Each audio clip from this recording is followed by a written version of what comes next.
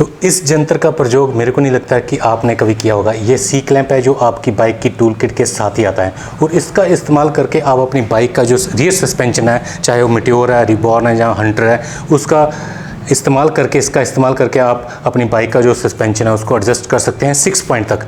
उसमें 6 नॉच होते हैं और हर एक नॉच का अलग वेट कैटेगरी के लिए है। मैं पूरा आपको डिटेल में बताऊंगा कि अगर आपका वज़न 70 kg है तो आपको किस नॉच पे रखना है, अगर आपका वज़न 90-80 के बीच में है तो कौन से नॉच पे रखना है, और अगर आप पिलियन के साथ चलते हैं तो कौन से नॉच पे रखने से आपको बेहतर राइडिंग एक्सपीरियंस मिलेगा।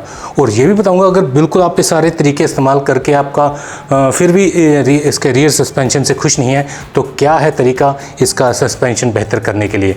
तो वो दूसरा तरीका होगा। और फिर भी दूसरे तरीके से भी आप सेटिस्फाई नहीं है सस्पेंशन से तो एक तीसरा इमरजेंसी तरीका जो मैं इस्तेमाल करता हूँ लॉन्ग राइड्स पे ऊपर, तो वो भी मैं आपको एक टिप दे दूँगा, ठीक है।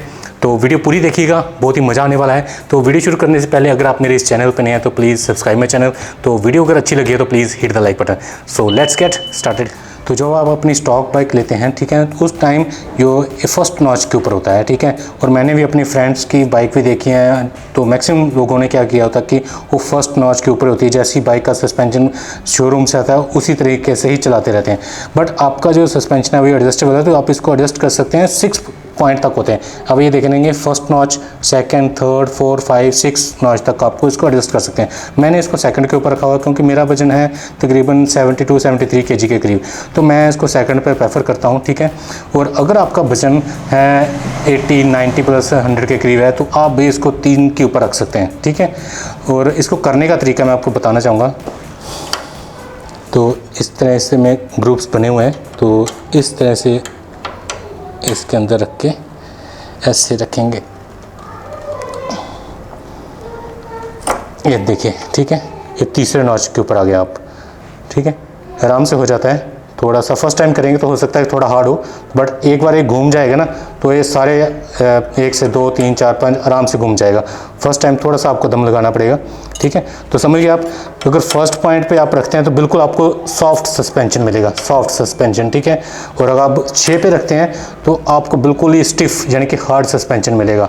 और वो वही अगर आप पिलियन के साथ चलते हैं तो आप मैं रिकमेंड करूँगा 5 नंबर पे रखें, 4 और 5 दोनों पे आप रख सकते हैं, ठीक है। तो भाई हार्ड इसलिए करने के लिए बोल रहा हूँ क्योंकि जो भी आपने देखा होगा कि पिलियन के साथ और वजन लगेज के साथ जब आप बाइक आपकी खड्डे में जाती है ना तो टक की आवाज़ आती है, ठीक है। और टक की इसलिए आवाज़ आती है क्योंकि आपका सस्पेंशन बिल्कुल सॉफ्ट पे रहता है, ठीक है। तो अगर आप भी पिलियन के साथ चल रहे हैं, लगेज के साथ चल रहे हैं तो उसको थोड़ा हार्ड पे रखिए। 4 या 5 पे तो कम से कम रखिए, है ना। 5 पे भी नहीं रखना, 4 तो मैं रिकमेंड करूंगा कि पक्का रखिए। उससे क्या होगा कि अगर वजन के साथ आप पिलियन के साथ किसी खड्डे में भी जा रहे हैं तो जो टक की आवाज़ आती है ना वो कभी नहीं आएगी, ठीक है।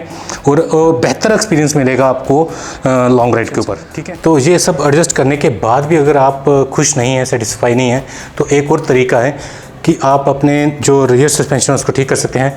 आप अभी जो पिक्चर देख रहे होंगे नाइट्रोक्स का जो सस्पेंशन आता है, जो पुराने क्लासिक 350 में आता था, वो पता नहीं क्या कारण है कि रॉयल एनफील्ड ने उसको डिसकंटिन्यू कर दिया।